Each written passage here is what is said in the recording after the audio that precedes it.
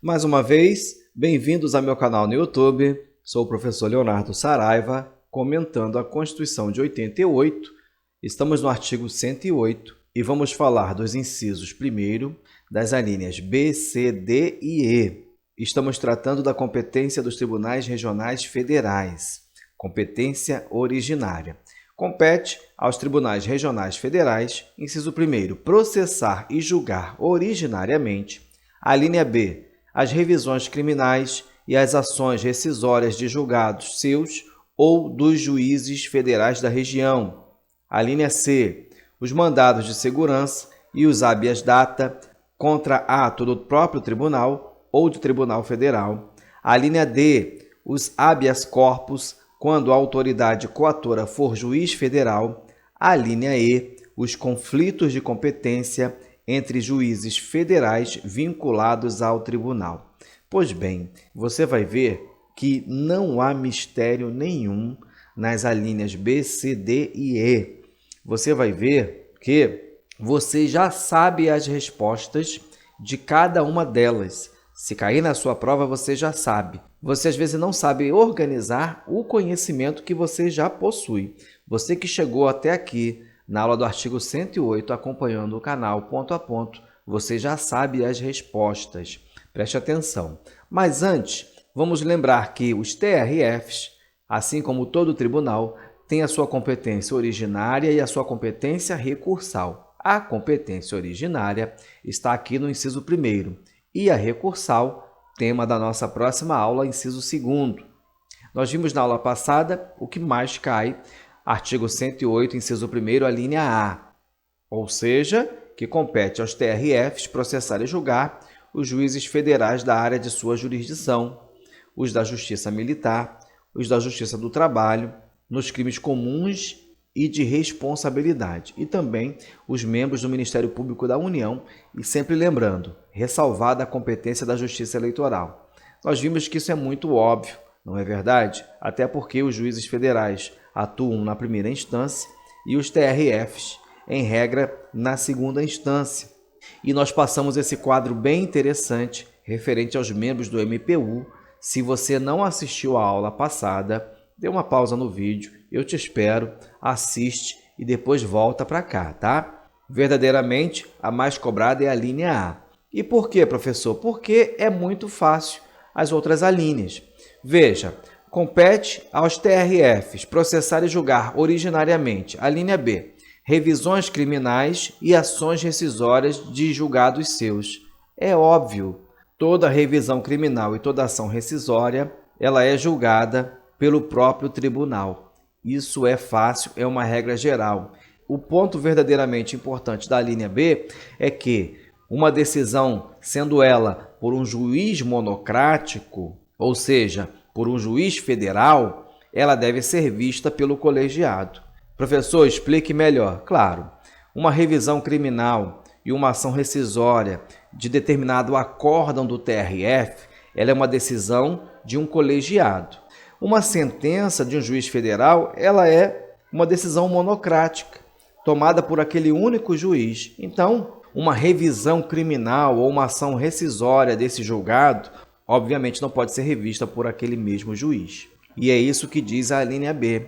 Na linha C, outra regra geral, os mandados de segurança e os habeas datas contra ato do próprio tribunal. Mandado de segurança e habeas datas contra ato do próprio tribunal, competência do próprio tribunal. Perfeito? Fácil, simples, outra regra geral.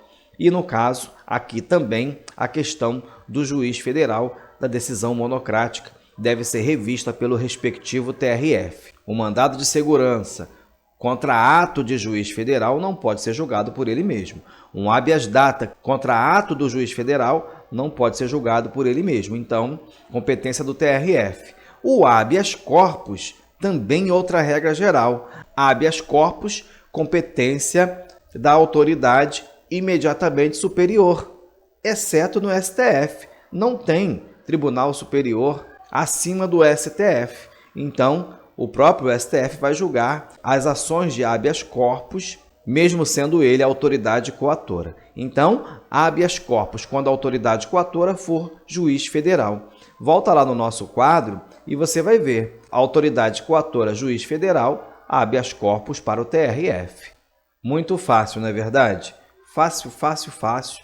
Tão fácil que as bancas nem cobram em provas. Mas é importante lembrar que o que você está aprendendo serve para as outras provas, para outros tribunais, porque se tratam de regras gerais. E a linha E, os conflitos de competência entre juízes federais vinculados ao tribunal. Ora, nós já adiantamos esse assunto. Nós falamos na aula do artigo 105, inciso 1º, a linha D, e passamos uma regra geral. A primeira regra, artigo 102, inciso 1º, a linha O. Tem tribunal superior envolvido? Competência do STF. Conflito de competência. Tendo qualquer um dos tribunais superiores envolvidos, competência do STF. Ok? Primeira regra. Segunda regra, justiças diferentes e não possuir tribunal superior.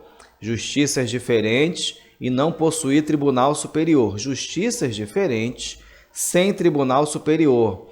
Quer seja um juiz federal com o TRT, STJ, juiz federal em um tribunal de justiça, STJ. E a terceira regra, conflito de competência interno. É o caso da nossa linha E. Os conflitos de competência entre juízes federais vinculados ao tribunal. Um juiz federal vinculado ao Tribunal Regional Federal da Primeira Região e um outro juiz federal também vinculado ali na Primeira Região. Quem vai decidir esse conflito de competência? O TRF da Primeira Região. Assim sucessivamente, segunda região, terceira região, quarta região, quinta região. Daqui um tempinho, a sexta região. Ah, professor, o senhor falou que só existem 5, por enquanto. Bem verdade que talvez você esteja assistindo esse vídeo mais à frente, então é importante salientar esse detalhe. Mas não se preocupe, ele será melhor tratado na aula do artigo 110, como eu já venho prometendo. Perfeito? Então, juízes federais vinculados ao respectivo tribunal da respectiva região, conflito de competência interno. E é o jargão que se utiliza. Roupa suja se lava em casa. Agora, juiz federal vinculado ao Tribunal Regional da Primeira Região e um juiz federal vinculado ao Tribunal da Segunda Região, por exemplo, quem vai decidir esse conflito de competência? O STJ. Nós aprendemos isso na aula do artigo 105, inciso 1º, a linha D, tá? Tá aí novamente o quadro para você que não assistiu àquela aula, mas eu sugiro que você assista. Esse quadro aqui a gente utiliza muito desde a nossa aula do artigo 92, muito importante você ter sempre ele no seu material. Na próxima aula, competência recursal dos tribunais regionais federais, artigo 109. Chegamos ao fim. Se você gostou, curta, compartilhe, se inscreva no canal e Deus abençoe você.